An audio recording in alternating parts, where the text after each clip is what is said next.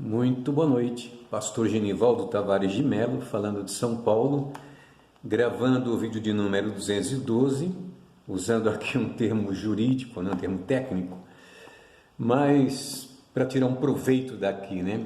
Eu quis dizer o seguinte, que a mulher é a contraprova do caráter do homem. Bem, é difícil até explicar isso, né? O que quer dizer a mulher ser contraprova do caráter do homem? O homem diz que tem caráter. O homem resiste a tudo, o homem tem o seu perfil, não se altera, não se muda, não muda sua posição em momento algum. A mulher se aproxima e faz a contraprova, dependendo das suas propostas, dependendo da aceitação, está formada a encrenca. Bem, eu tomo por base o capítulo de número 3 do livro de Gênesis, que é um texto bastante conhecido, que é sobre a tentação de Eva e a queda do homem. Note o que está no texto aí, né? A tentação de Eva e a queda do homem.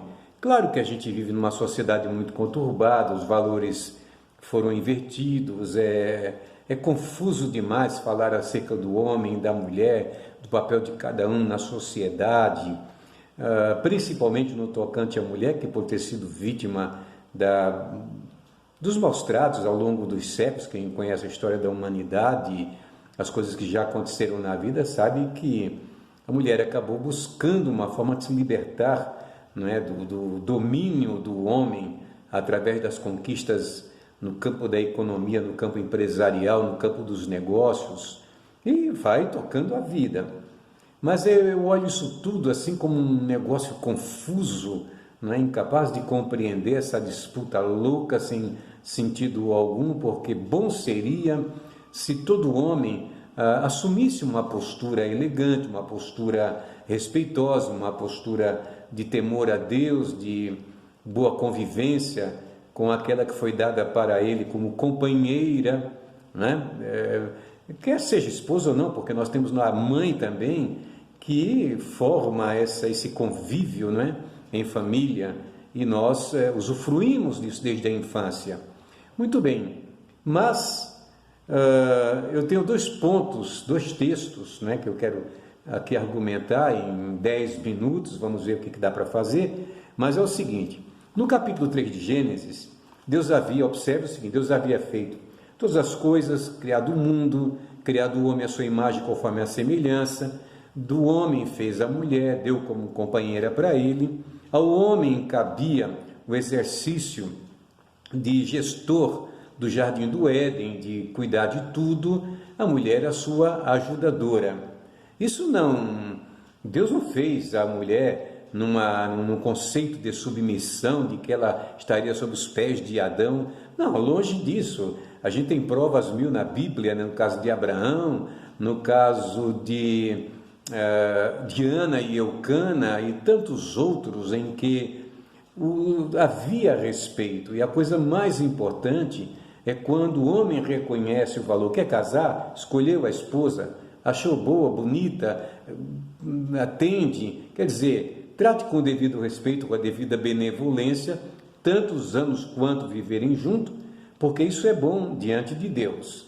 É isso que precisa a sociedade, é saber dosar, equilibrar, viver de maneira parcimoniosa em todo o tempo, em qualquer circunstância, que vai chegar o tempo em que a total dependência de um para com o outro se aproxima através da idade, da velhice, né? Aquela que cuida do marido que está às vezes muito doente, ou o marido cuida da esposa quando está muito doente. Essa troca justa que nós fazemos e faz parte, é a verdadeira doutrina ou dos ensinos da palavra de Deus.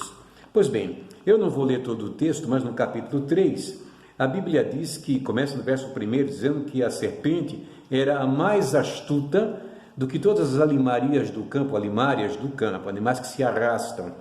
E ela, pelo relato bíblico, direcionou a mulher, posicionou-se diante da mulher e questionou a autoridade de Deus, o que ele havia dito para o homem, de que não comesse de tudo que havia, não podia comer de tudo que havia no jardim do Éden, menos daquela árvore que estava lá no meio do jardim, a árvore da ciência do bem e do mal.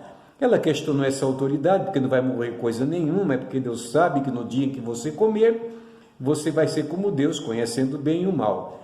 A mulher foi seduzida por aquilo. Por que a serpente se dirigiu à mulher e não ao homem?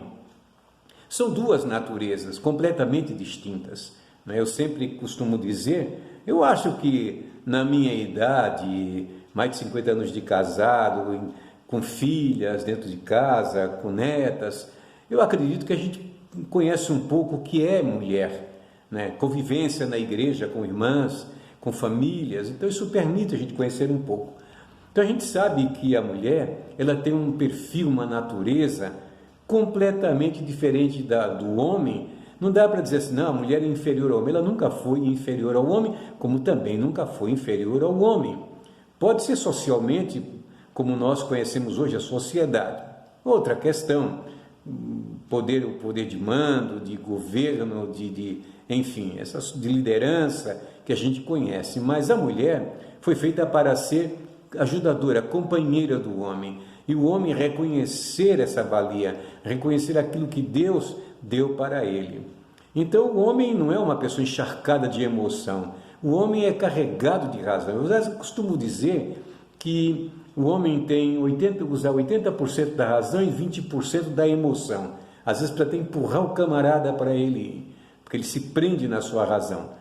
A mulher, ao contrário do homem, ela tem 80% de emoção, 20% de uso da razão. Não estou falando de inteligência, de QI, nada a ver com isso. Mas é o espírito, a natureza da mulher, a natureza do homem. Pois bem, foi tentar a mulher, e a mulher sempre, né, olhando o tempo, passeando para lá e para cá, vem a serpente, diz aquilo tudo, e ela, poxa, eu vou ser como Deus, conhecendo bem e o mal. Diz a Bíblia que ela simplesmente aceitou essa inferência satânica, não é? E comeu do fruto, gostou e deu para o marido. Então caberia a ele dizer, escuta, pode parar, Deus deu ordem para que não comêssemos do fruto, você comeu, deixasse ela sozinha, ela certamente arcaria com o ônus da sua desobediência contra Deus.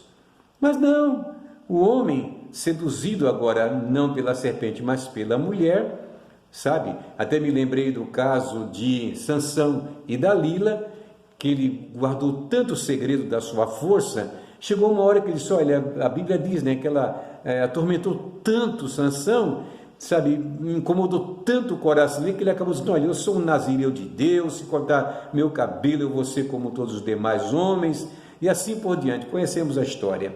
Então veja, Dalila foi a contraprova do caráter de Sansão.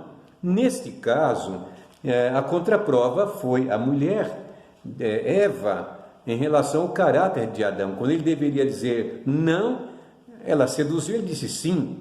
Uma pouca palavra e ele pronto, né? Se derramou e acabou comendo do fruto. Fruto, diz a Bíblia, era a questão do fator da obediência ou da desobediência. Não está falando de sexo, de coisa nenhuma, ok? É fruto, eu estava lá no meio do jardim. A questão era obedecer ou não obedecer. E caíram. A gente conhece da história da humanidade, saíram do jardim, foram expulsos do jardim, passaram a viver às suas expensas, a terra produziria cardos e a mulher com dor daria à luz a filhos, e assim por diante, está esse relato em Gênesis. Pois bem, no livro de 2 Reis, capítulo 9, versículo 6, Jeú ele era um capitão da guarda, estava lá em Ramote de Gileade. E chegou um dos filhos dos profetas, disse, olha, profetizou para o capitão, haviam vários capitães, com quem está falando? Não, estou falando com ele aqui, é com Jeú que eu estou falando. E aí deu o recado para ele, chamou ele separadamente, disse o que é que Deus queria dele, derramou o azeite, ungiu a ele como rei de Israel, disse, agora vai lá e faz uma limpa na casa de Israel. Quem estava governando lá, Acabe e a Jezabel.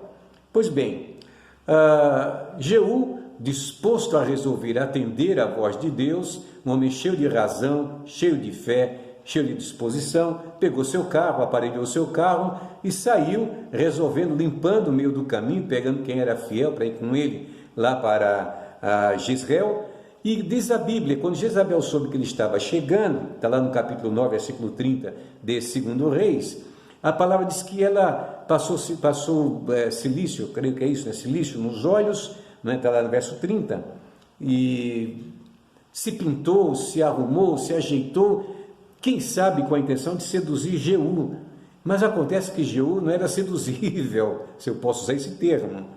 Jeú tinha uma missão para cumprir, era limpar a casa de Israel. E Jezabel deveria pagar, além de todos os crimes, o maior que ela cometeu foi ter matado Nabote para tomar sua vinha e entregá-la a Acabe, o chorão, né, que disse para ela quase como uma criança: eu quero aquela vinha.